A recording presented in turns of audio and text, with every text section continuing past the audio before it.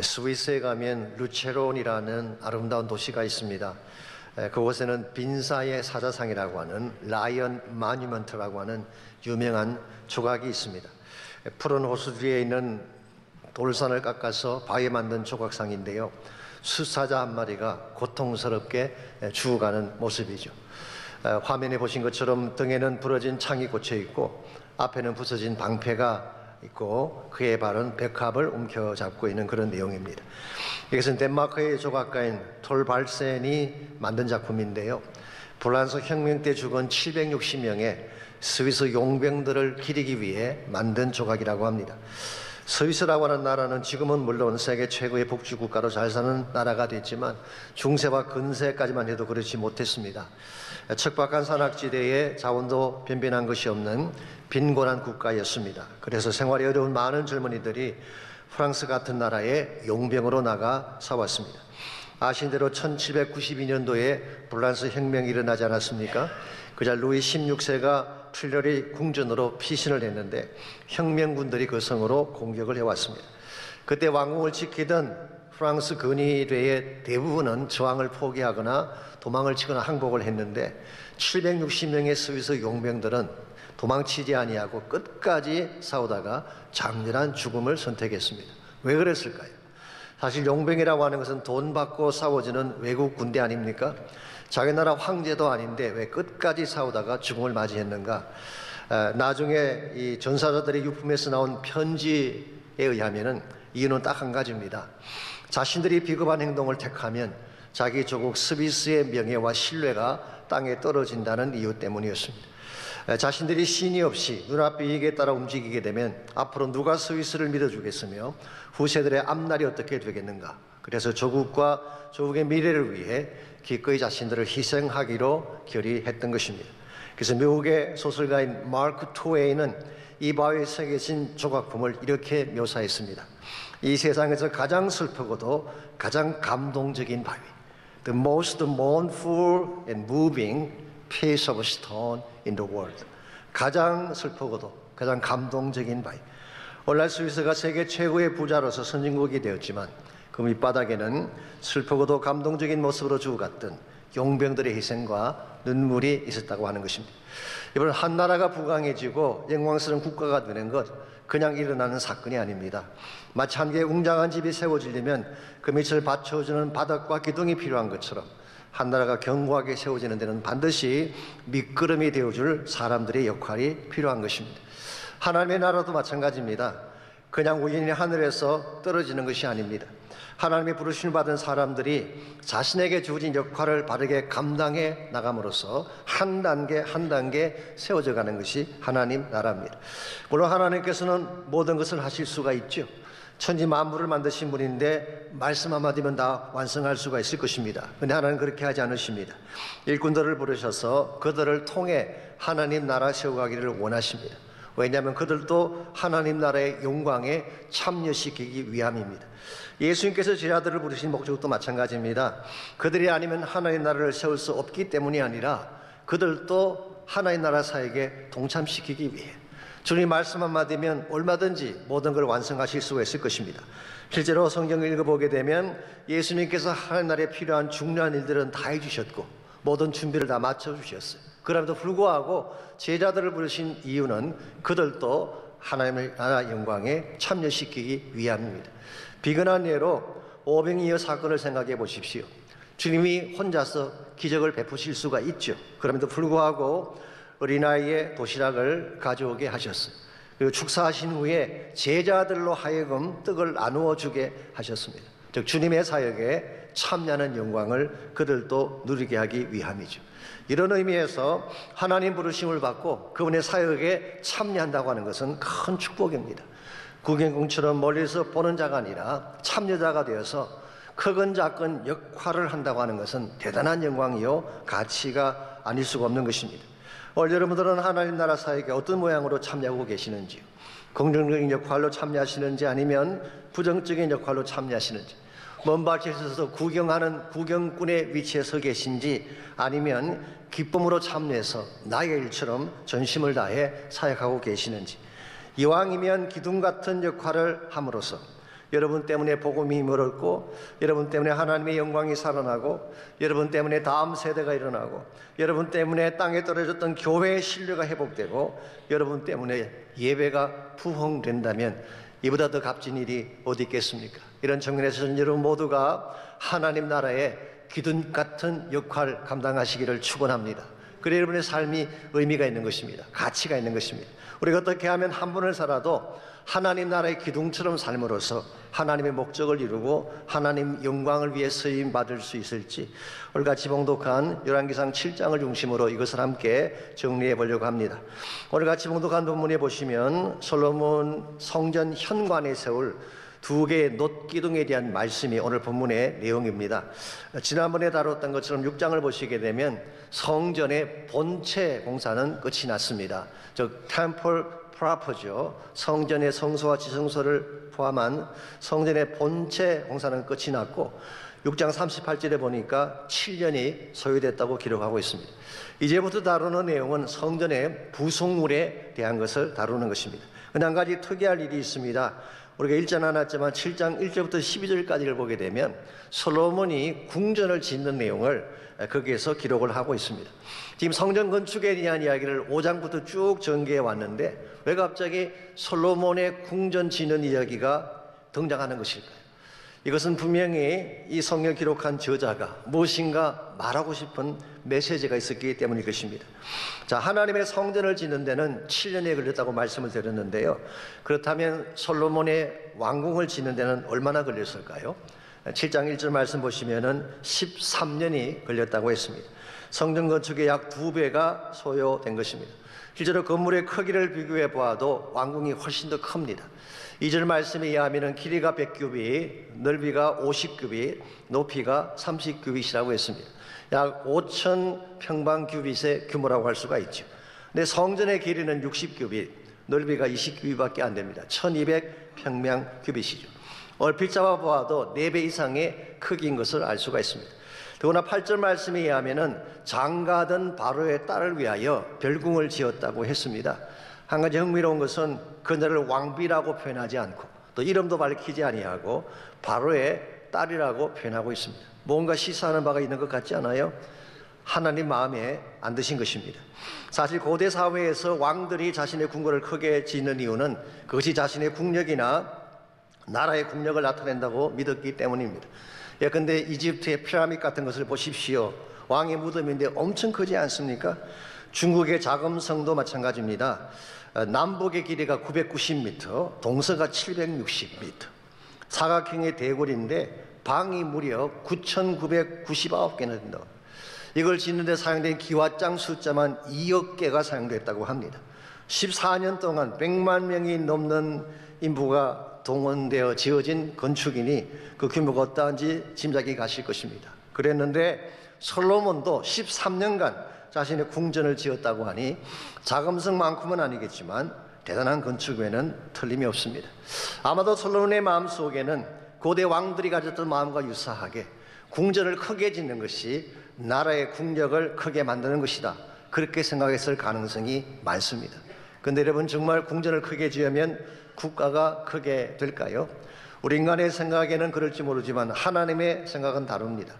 방금 말씀드린 것처럼 화려한 이 궁전, 엄청나게 큰 궁전에 대한 기사는 1절부터 12절까지 단 12절에 불과하지만 성전에 대한 것은 준비 단계부터 복음까지 합하면 5챕터에 걸쳐서 기록을 하고 있습니다. 즉 하나님께서는 성전이 더 중요하다, 이 사실을 밝힌 것입니다. 이 말씀을 보면서 깨닫는 바가 있습니다. 첫째는 이것입니다. 하나님이 크게 계시는 것과 세상에 크게 생각하는 것이 다르구나. 우리는 굉장한 일이라고 자랑을 했는데 하나님 나라 신문에는 한 줄밖에 되지 않는 작은 기사처럼 나타날 수가 있습니다. 그 반면에 세상에서 볼 때는 작고 초라해 보이는데 하나님 나라에서는 특종감이 되는 경우가 많다는 거죠. 하나님의 크게 생각하는 것과 인간이 크게 생각하는 것이 다르다는 사실. 두 번째로 국가를 지키고 민족을 지키는 것은 왕궁이 아니라 하나님의 성전이라는 사실입니다. 여기서 성전이라고 하는 것은 지난번에 말씀을 드린 것처럼 건물을 말하는 것이 아니죠. 하나님의 임재와 하나님의 나라를 상징하는 것입니다. 즉 이스라엘을 지키는 분이 하나님 자신이지 국력이나 군사력이 이스라엘을 지키는 버팀목이 아니다라는 것입니다. 이와 같이 이스라엘의 버팀목, 이스라엘을 지키고 보호하시는 장본인이 왕궁이나 군사력이 아니라 하나님 자신이라는 것을 보여주기 위해 오늘 본문인 13절 이하를 읽어보시게 되면 성전 앞에 2개의 기둥을 세우시게 하셨습니다. 먼저 13절 말씀 보시면 이것을 세우기 위해 두로에서 히람이라는 사람을 데려오게 했죠. 여기에 나오는 히람은 두로왕 히람과 같은 인물이 아닙니다. 14절 말씀에 하면은 그런 납달리 지파 과부의 아들인데 아버지가 두로 사람이라고 했습니다. 저기 이스라엘의 피가 섞여 있는 그런 사람이죠. 이 사람은 놋을 만드는 모든 일에 지혜와 총명과 재능을 구비한 사람. 그래서 놋을 만드는 일에는 가장 뛰어난 탁월한 재능을 가진 사람이 이 사람이었어요. 모세 시대 때에 성막을 지었던 보살렐 같은 사람을 생각하시면 될 것입니다. 15절에 보시면은 그 기둥에 크기가 나와 있는데 높이가 18규빗이라고 했습니다. 여기에다가 꼭대기까지 합치면은 23규빗이죠. 약 10m의 높이의 기둥입니다. 둘레가 12규빗, 약 5.4m나 되는 제법 큰 청동 기둥을 세운 것입니다. 그리고 그 꼭대기에는 백합화 모양의 머리를 만들고 그 둘레로 그물을 만들어서 석류 200개를 달아 놓았다고 그렇게 소개하고 있습니다. 보신 바와 같이 아름답고 정교하면서도 힘 있는 기둥을 세우게 한 것입니다. 근데 이 기둥을 어디에 세웠느냐? 주랑 앞에 세웠다. 이 주랑이라고 하는 것은 폴치, 현관을 말하는 것입니다. 이 성전 입구에 이 2개의 기둥을 세움으로써 성전을 드나드는 사람은 누구나 볼 수 있게 만든 것입니다. 왜 하나님께서는 성전을 건축하신 후에 성전을 들어가는 입구에 2개의 큰 기둥을 세웠을까요? 성전을 드나드는 모든 사람들이 이것을 통해 무엇인가를 깨닫게 하기 위함입니다. 그것은 한마디로 요약하면은 하나님이 성전의 주인이시고 하나님이 이스라엘을 지키는 버팀목이고 국력이나 군사력이 아니라 하나님이 이스라엘의 주인 된다는 사실을 밝혀주시기 위함이에요. 여러분 기억하십시오. 우리 인생의 버팀목은 하나님입니다. 미국도 아니고 내가 가진 재능이나 기술이 아니라 하나님이 우리 삶을 붙드는 기둥인 것입니다. 이 사실을 기억할 때, 그리고 이 하나님을 내 인생의 기둥으로 삼을 때 여러분의 가정이든 자녀의 삶이든 여러분의 미래든 흔들리지 않고 바르게 설 수가 있는 것입니다. 동시에 이것은 이 2 기둥은 오늘날 여러분과 제가 해야 될 역할을 상징적으로 보여주고 있습니다. 하나님이 이스라엘을 지키는 버팀목이 될 뿐만 아니라 여러분과 저의 삶 자체가 이 세상을 지켜주는 기둥이 되고 버팀목이 되어야 된다. 이 사실을 알게 하기 위해 2개의 기둥을 세운 것입니다. 우리가 이미 알고 있는 것처럼 이 세상은 굉장히 혼란합니다. 불안하고 흔들리는 현실을 많이 보게 되죠. unstable하고 shake합니다. 우리 가정도 그렇고 자녀도 그렇고 경제적인 측면도 그렇죠. 어느 누구도 앞날을 예측할 수 없는, 누구도 장담할 수 없는 것이 우리 삶의 현주소입니다. 이와 같이 모든 것이 흔들리는 삶의 터전 속에 누군가는 버팀목이 되어주고 기둥 역할이 되어주어야 하는데 바로 그 역할을 여러분과 저가 감당해야 한다는 것입니다. 여러분과 제가 이 땅을 지켜주는 기둥이 되고 하나님의 나라를 세우는 기둥 역할을 감당하게 되면 여러분을 통해 하나님의 나라가 이루어져 가게 되고 이 세상이 밝고 빛난 터전으로 바뀌게 되는 것입니다. 어떻게 하면 여러분과 제가 부족하지만 하나님 나라의 거룩한 기둥이 되어서 이 땅에 복음의 소망을 심어주고 하나님 나라를 펼치며 살아갈 수 있을지, 오늘 본문에 소개된 2개의 놋기둥의 계시를 통해서 하나님 나라 기둥 역할을 하는데 꼭 필요한 3가지 요소를 함께 정리해 보려고 합니다. 첫 번째로 거룩한 기둥이 되어서 하나님 나라를 세워가려면 순전한 영성이 필요합니다. 우리의 영성이 순전하지 아니하면 세상에 절대로 선한 영향을 끼칠 수가 없다는 것입니다.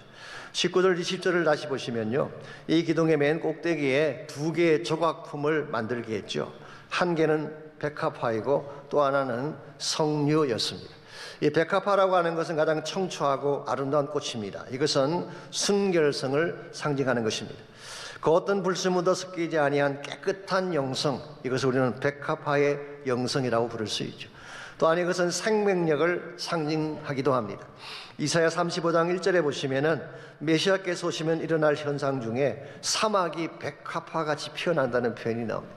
사막이라고 하는 것은 죽음과 메마름의 상징인데, 이 사막이 백합화처럼 피어난다고 하는 것은 복음이 주는 생명력을 상징하는 것입니다. 우리의 영성이 순수할 뿐만 아니라 생기가 있어야지, 그래 세상을 변화시킬 수가 있고 세상에게 선한 임팩트를 줄 수가 있는 것입니다.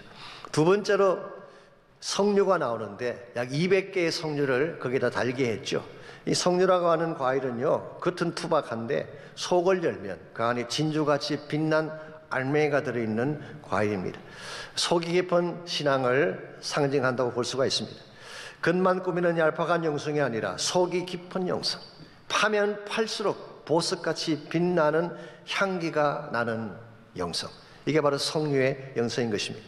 이와 같이 순결할 뿐만 아니라 생기가 있고 깊이 파면 팔수록 더 아름다운 열매가 우러나오는 삶, 이런 삶을 살아야지 우리가 세상의 기둥 역할을 할 수 있다는 것입니다.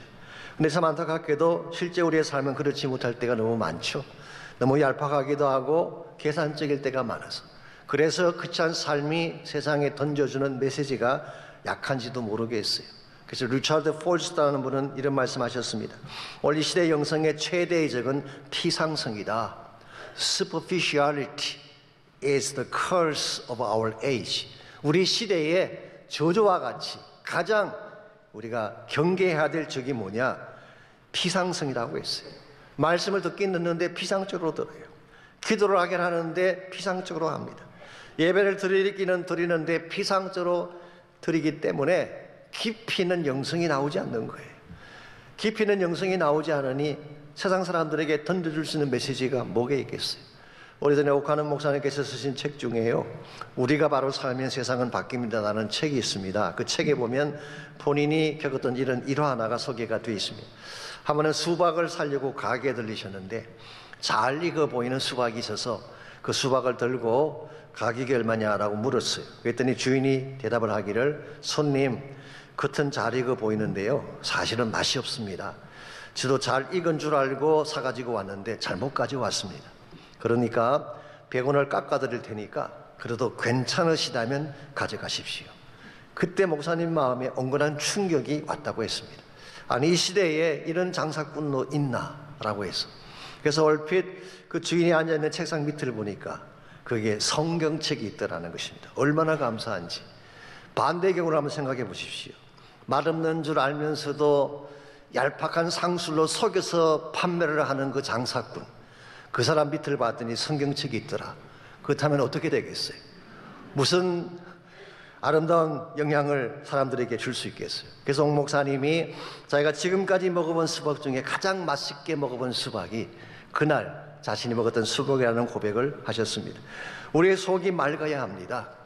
한마디 말을 하지 않더라도 내 속에서 풍겨나오는 향기가 있을 때에 이것이 사람들을 감동시키고 세상을 변화시켜 주는 것입니다. 그렇게 하려면 우리의 영성이 얄팍해서는 안 돼요. 갈수록 깊어져야 돼요. 말씀을 읽더라도 깊이 읽어야 됩니다. 하나님 앞에 찬양할 때도 깊이 찬양하셔야 돼요.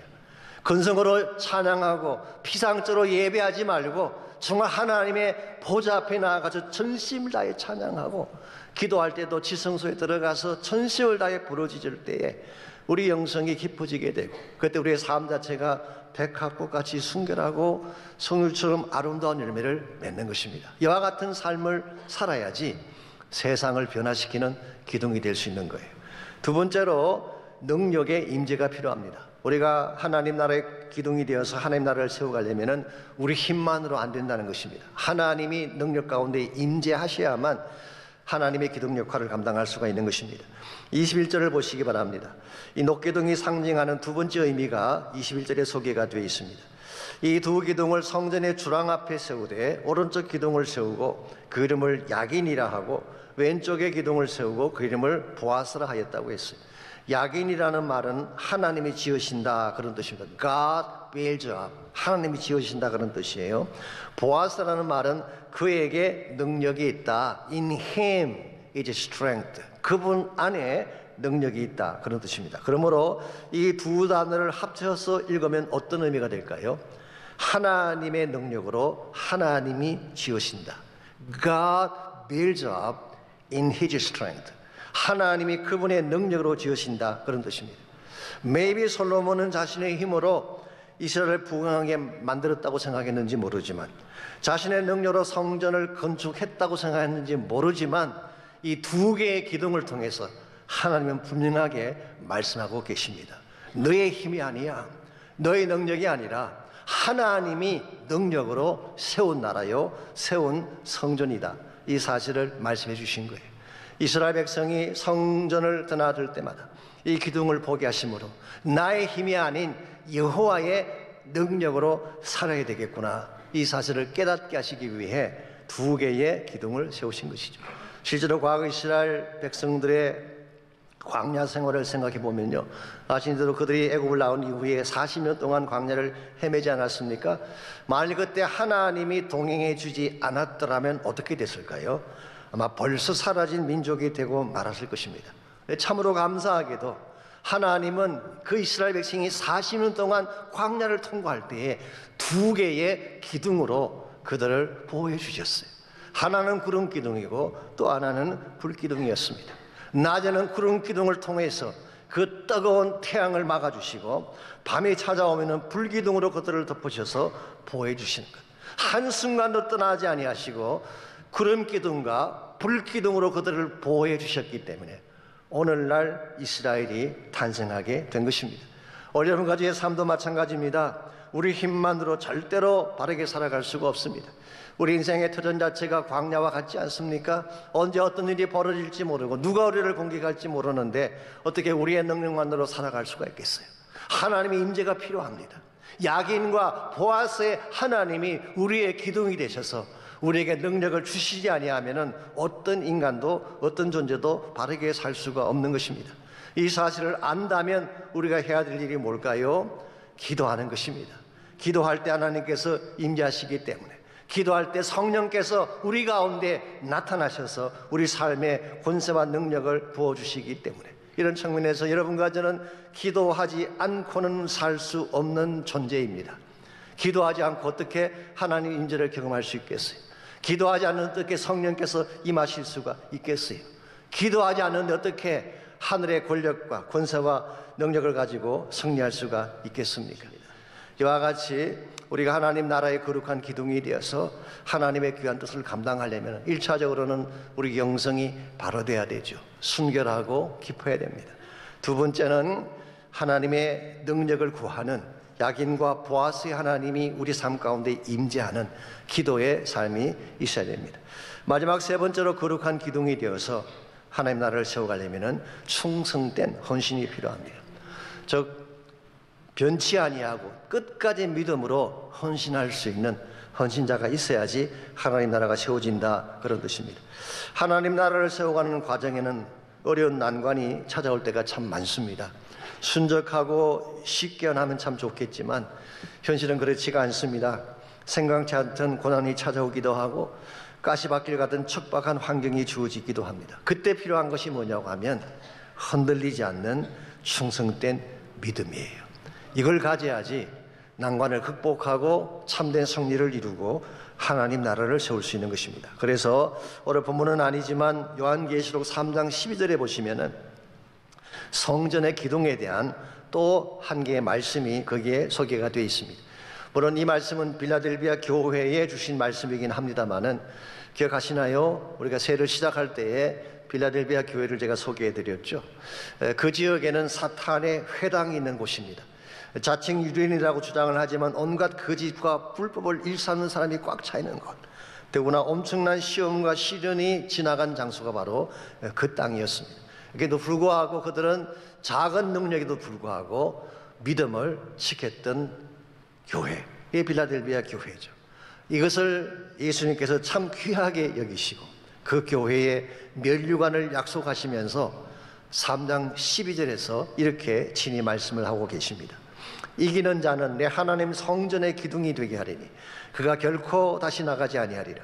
내가 하나님의 이름과 하나님의 성, 곧 하늘에서 내 하나님께로부터 내려오는 새 예루살렘의 이름과 나의 새 이름을 그 이 위에 기록하리라. 여기 보시면 이기는 자가 나오죠. 여기서 이긴다는 이 말은 overcome 한다는 뜻입니다. 극복한다 그런 뜻이에요. 시련이 찾아오지만, 고난이 찾아오지만 포기하지 아니하고 그 모든 고난을 극복해내는 충성된 믿음을 말하는 것입니다. 이러한 믿음을 가진 자를 성전의 기둥이 되게 하리라. 영어 성경 보시면 I will make him a pillar in the temple of my God. 나의 하나님 성전의 기둥이 되게 하리라. 그리고 그 기둥 위에 세 가지 이름을 새겨 주시겠다고 했어요. 첫 번째가 하나님의 이름, 두 번째로 새 예루살렘의 이름, 그리고 주님의 새 이름을 새겨 주시겠다. 하나님의 이름이 의미하는 것은 영광을 말합니다. 하나님의 영광을 주시겠다는 것입니다. 새 예루살렘의 이름은 우리의 신분을 말하는 것이죠. 천국의 백성, 하나님 나라의 자랑스러운 시민이 된다는 뜻이죠. 그리고 주님의 새 이름은 뭘까요? 주님의 새 이름은 왕 중 왕이십니다. 왕이신 예수님. 그러므로 그 새 이름을 새겨준다는 것은 주님과 함께 왕노릇하며 온 땅을 다스릴 권세를 우리 모두에게 주신다는 뜻입니다. 세상 이보다 더 영광스럽고 이보다 더 아름다운 축복이 어디 있겠어요? 하나님의 영광이 우리에게 임하게 되고 천국의 시민권자가 되고 예수님의 새 이름을 우리에게 주셔서 왕노릇하며 권세 가운데 살게 하시다는 이 축복, 이것만큼 아름답고 흥분되는 축복이 또 어디 있겠어요? 그런데 이 모든 축복을 누구에게 주신다는 거예요? 이기는 자에게. 믿음으로 극복하고 포기하지 아니하고 믿음으로 승리하는 자에게 이와 같은 이름을 주시고, 하나님 이러한 기둥을 통해 하나님 나라를 세워 가시겠다는 것입니다. 실제로 신약 성경을 보시게 되면 신약교회를 이끌었던 세 기둥이 소개가 되어 있습니다. 이걸 Pillars of the Church, 교회의 기둥이다, 그렇게 사도 바울이 불렀습니다마는 첫 번째가 베드로, 두 번째가 요한, 세 번째가 야고보였습니다. 베드로는 예수님의 수지자로서 주님을 잘 따랐을 뿐만 아니라 오순절날 성령 받고 복음의 문을 열었던 가장 위대한 하나님의 종이 베드로이죠. 이 베드로가 초대교회의 기둥이었어요. 물론 이분은 나중에 십자가에 거꾸로 매달려 순교하신 것으로 알려져 있습니다마는 두 번째 인물이 사도 요한입니다. 12사도 중에 끝까지 남아서 주님 다시 오실 날에 대한 묵시록을 기록하고 참된 천국의 환상과 영광이 무엇인지를 극명하게 보여주셨던 사도, 그분이 바로 요한이었습니다. 세 번째 인물이 야고보인데요, 이 야고보는 예수님의 12제자 중 그 한 명이 아닙니다. 예수님의 동생 야고보입니다. 처음에는 예수를 믿지 않았습니다마는 주님이 부활하신 후에 예수님을 영접하고 예루살렘 교회를 이끌었던 최고의 지도자가 됐죠. 이방 성교의 물꼬를 트기 위해 예루살렘에 공회가 모였을 때에 그 공회를 누가 주도했는지 아십니까? 바로 야고보가 주도했어요. 신약의 유일한 지혜서인 야고보서 누가 기록했을까요? 바로 이 야고보 선생이 기록했습니다. 그리고 기독교 전생에 의하면 AD 62년도에 예루살렘 성벽에서 던져져서 순교함으로 생애를 마친 사람. 이번 유대인조차도, 예수 믿지 않는 유대인조차도 유대 역사가인 조세푸스의 글에 의하면요, 이 야고보를 의로운 야고보, 제임스 the Just라고 부르고 그를 존중하고 칭찬하는 이름을 가졌던 야고보입니다. 이와 같은 사람들을 사도 바울은 교회의 기둥이라고 불렀어요. 오늘날도 이와 같은 기둥이 필요하지 않겠어요? 하나님 복음을 위해, 주의 나라를 위해 정말 나의 모든 것을 다 드려 헌신할 수 있는 하나님 나라의 기둥. 하나님 이런 자들을 오늘날도 찾고 계십니다. 세상은 혼란합니다. 세상의 앞날은 누구도 장담할 수가 없습니다. 세상의 많은 부분들은 썩어지고 있고 무너지고 있고 붕괴되는 가운데 있습니다. 이러한 세상 한가운데서 여러분과 제가 버팀목이 되어야 되지 않겠습니까? 하나님 나라의 기둥이 되어서 무너지는 세상을 다시 일으켜 세워야 되지 않겠습니까? 어두운 땅을 복음으로 밝히고 갈급해하는 수많은 영혼들에게 예수님의 아름다운 소식을 전가하고 무너지는 그들에게 여기에 소망이 있습니다 라고 외치며 그들을 붙들어 줄 수 있는 하나님 나라의 기둥, 이런 기둥으로 살아가려면 첫 번째로 우리 영성이 먼저 변해야 됩니다. 백합국같이 순결하고 석류같이 급해야 합니다. 얄팍한 영성으로는 안 돼요. 두 번째로 나의 능력이 아닌 하나님의 능력으로 살아야 돼요. 야긴과 보아스의 하나님이 내 삶의 중심에 계셔서 그 하나님의 권세로 살아가야지 참된 기둥이 될 수가 있습니다. 무엇보다 충성된 헌신자가 되어서 끝까지 주를 섬기는 자가 되어야 합니다. 오늘 사실 이 세상 가운데에 본인의 영광과 본인의 박수를 위해 사는 사람들은 많이 있죠. 근데 하나님 나라 영광을 위해 자신을 내려놓는 사람은 그렇게 많지 않습니다. 헨리 나우이 했던 그 말 중에 Downward Mobility라는 단어가 있습니다. 이 표현을 헨리 나우이 처음 썼는데요. 밑으로 내려가는 움직임, 위로 올라가는 것을 Upward Mobility라고 한다면 밑으로 내려가는 움직임. 오늘 세상에 수많은 사람은 Upward Mobility를 추구하고 있죠. 높아지려고 하고 영광 받으려고 하고 박수를 받으려고 하는, 이 세상에는 그런 사람들이 너무 많아요. 근데 하나님의 나라에 필요한 사람들은 Downward Mobility, 낮은 곳으로, 사람들이 가지 않는 곳으로, 가장 척박한 곳으로, 남들이 알아주지 않는 곳으로, 그럴지라도 나를 꼭 필요로 하는 곳으로 내려갈 때에 여러분을 통해 하나님 나라가 이루어지게 되고 하나님의 영광이 선포가 되는 것입니다. 전 여러분 모두가 이 땅에서는 뒤끝이 될지라도 하나님 나라의 해같이 빛난 인생이 되어서 천국을 위해 달려갈 수 있기를 바랍니다.